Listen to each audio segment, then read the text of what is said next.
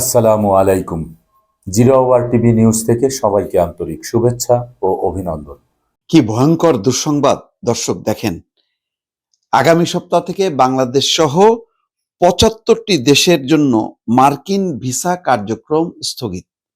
তার মানে আপনি অ্যাপ্লাই করতে পারবেন না এবং যে কার্যক্রমগুলো চলমান আছে, প্রসেসে আছে, সব স্থগিত হয়ে গেল। ২১শে জানুয়ারি থেকে এই স্থগিতাদেশ কার্যকর হবে। কোথায় আছি আমরা দেখেন, এবং আমাদের তালিকায় কে আছে? Pakistan, Iran, Afghanistan, Kuwait, Somalia, Russia, Thailand, Nigeria, Yemen, Iraq, Brazil সহ অনেক দেশ বাদ দিলাম। কিন্তু বাংলাদেশ কেন? পাশের ভারত সে ঠিকই আছে, ভারতের উপর এই যে শুল্ক আরোপ করতেছে, কিন্তু ভারত তাদের জন্য নিরাপদ। আর পাশের দেশ হয়ে বাংলাদেশ কি এমন করলাম? এই শুনলাম ইউনূস সরকারের সময় নাকি আমাদের সাংঘাতিক রকম দহরম মহরম। জাতীয় নিরাপত্তা উপদেষ্টা বলল যে না, ওই যে ভিসা বন্ড, এটার ব্যাপারে আমরা কথা বলছি, তারা আশ্বাস দিছে। কিসের কি? কোথায়? মার্কিন স্টেট ডিপার্টমেন্টের বরাত দিয়ে ফক্স নিউজ জানায়, আগামী ২১শে জানুয়ারি থেকে এই স্থগিতাদেশ কার্যকর হবে এবং পুনঃমূল্যায়ন না হওয়া পর্যন্ত অনির্দিষ্টকাল চলবে। স্টেট ডিপার্টমেন্ট কনসুলার অফিসারদের এই নির্দেশ দিয়েছে বলে ফক্স নিউজের প্রতিবেদনে উল্লেখ করা হয়।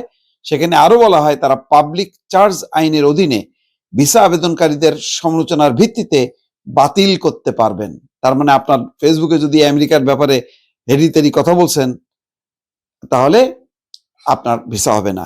পাবলিক চার্জ আইন অনুযায়ী যদি কেউ মার্কিন সরকার থেকে ভাতা বা অন্যান্য সামাজিক সুবিধা নিতে পারে বলে মনে করা হয়, তবে তার ভিসা বাতিল করা হবে। নতুন নির্দেশনায় বিবেচনা করা হবে বয়স, স্বাস্থ্য, ইংরেজি দক্ষতা, আর্থিক অবস্থা, দীর্ঘমেয়াদী চিকিৎসার প্রয়োজন কিনা, এমন নানা বিষয়। তার মানে আপনি ওই যে কি বলে সেখানকার ডিবি লটারি পান বা আপনি অন্য যে কোনো ভিসা হোল্ড করেন না কেন, তাতে লাভ নেই। এগুলো আবার পুনর্মূল্যায়ন করা হচ্ছে।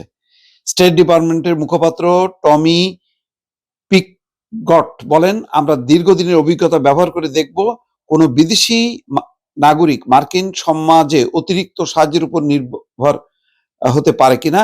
যারা হবেন বলে মনে করা হবে তাদের ভিসা বাতিল করা হবে। মোট কথা দেখেন, স্থগিতাদেশ পাওয়া ভিসা আবেদনের কার্যকারিতা স্থগিতাদেশ। আফগানিস্তান, আলবেনিয়া, আলজেরিয়া, অ্যান্টিগা ও Bermuda, Armenia, Azerbaijan, Bahama, Bangladesh, Barbados, Belarus, Belize, Bhutan, Bosnia, Brazil, Myanmar, Cambodia, Cameroon, Cape Verde, Colombia, Ivory Coast, Cuba, Congo প্রজাতন্ত্র, এই সমস্ত উন্নত কোনো দেশ নেই। তার মধ্যে আমি শুধু অবাক হলাম থাইল্যান্ডের নামটা দেখে। থাইল্যান্ড কেন আছে বুঝলাম না। ইয়েমেন আছে, ঠিক আছে, উজবেকিস্তান। মোট কথা একটা দুইটা বাদ দিলে বাকিগুলি কোনো উন্নত কোনো দেশ না। অধিকাংশ দেশের গৃহযুদ্ধ আছে, অন্যান্য জঙ্গি ঘটনা আছে, কিন্তু বাংলাদেশ কেন থাকবে এর মধ্যে? আমার প্রশ্ন হলো এটাই দর্শক।